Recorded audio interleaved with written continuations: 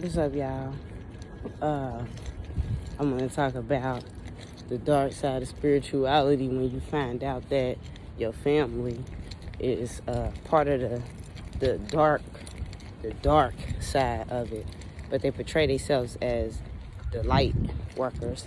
But as you see, the more time pass, I guess, not even really time pass, as situations happen and things reveal themselves, you start to see that you are the light worker and they are the dark workers.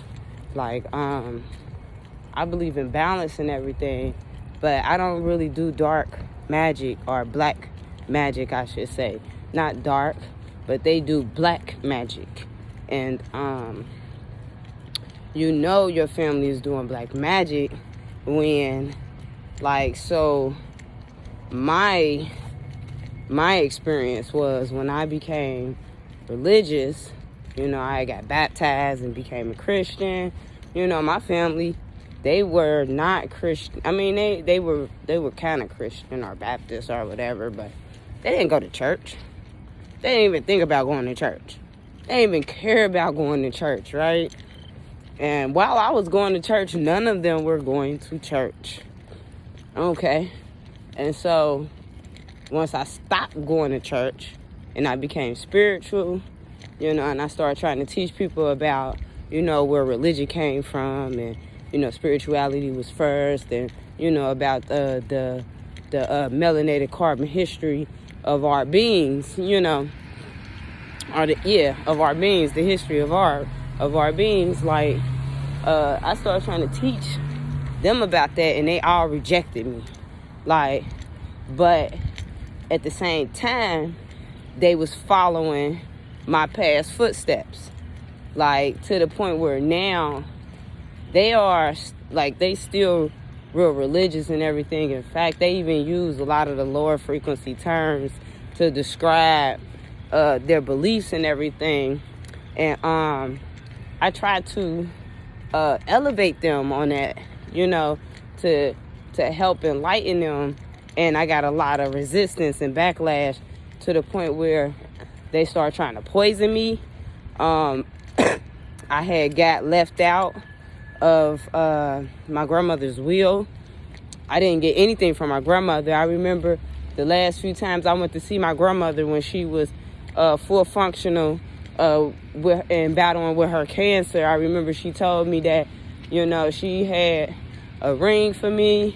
She wanted to give me the ring, but she didn't feel like she was ill or passing away, so she didn't feel like she had to give me the ring at the time, and so I didn't really make a big issue of it because I never thought my family would do me like that, but I should have known because they never really showed that they really rocked with me.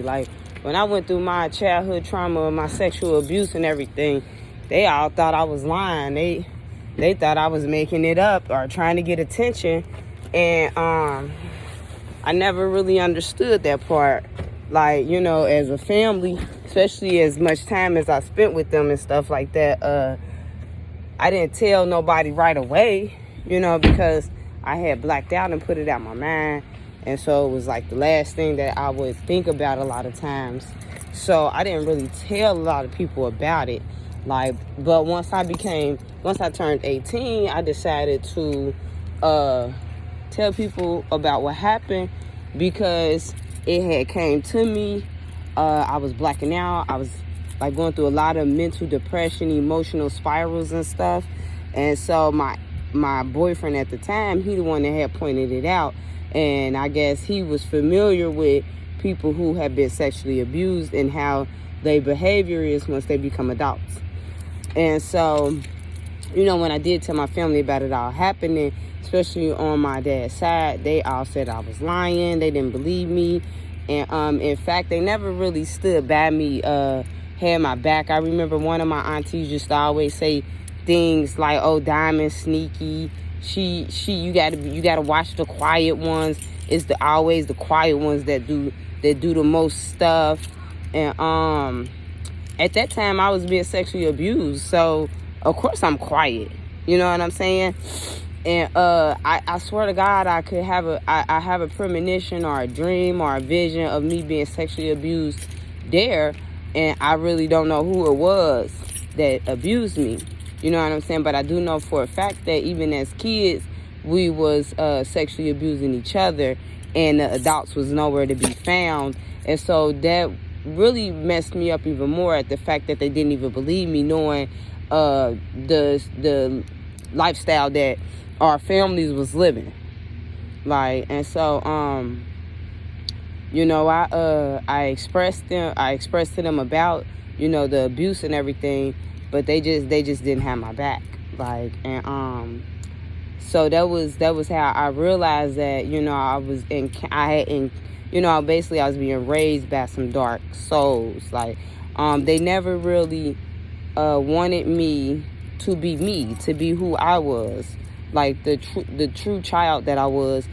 They always wanted me to be subjected to things that made me grow up fast. Like, they wanted me to smoke and have sex and do all these things that children wasn't doing, you know, are not supposed to do. And that, you know, they encouraged it, and then when I didn't want to do it, they called me scared, a punk, bullied me, basically shamed me, made fun of me. I remember my cousin told me that my dad ran away to be with another family. I'm his only child, you know, and he was in jail. So, you know, that really messed me up mentally as well. Like, so also I also had heard my other auntie saying things like she didn't think I was my father's child. I look very much like that man. Like, if I dressed up like a boy, y'all wouldn't even know that I wasn't a boy, because I looked so much like my dad. Like, and so that really messed me up too, you know. And so, but these were the signs that let me know that these people have dark souls. Like, one of my aunties stole my rings off my finger. Like, you know what I'm saying? And I was a kid. Like, I want to say I was like 14 or something like that. I don't even remember. Like, but I come from a family where I feel like one of my families, like, was light workers, and the other side was dark workers. And the family got together somehow, and I decided I was supposed to come and exist in this time. And I thought I was here to try to help my family, but I realized my family is the last people that need my help. I'm really here to help people that's like me, people who are the black sheep in their family, the people who are the only light workers in their family, the people who are outcast and blackballed by their family and the government and other things like that. Like, I don't know too many people that really can even say that they are blacklisted. Like, I can't make a Snapchat on my phone. I just got banned from TikTok. You know what I'm saying? And I'm restricted on Facebook. In fact, Facebook took my original account with my government name or the straw man name on it. They took that account.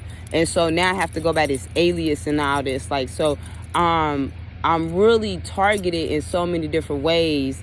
And nobody really believes me or even understand who I am. And those who do know who I am, they are not here with me. So, you know what I'm saying? I kind of feel like if something was to happen to me, I'm going to be shit out of luck.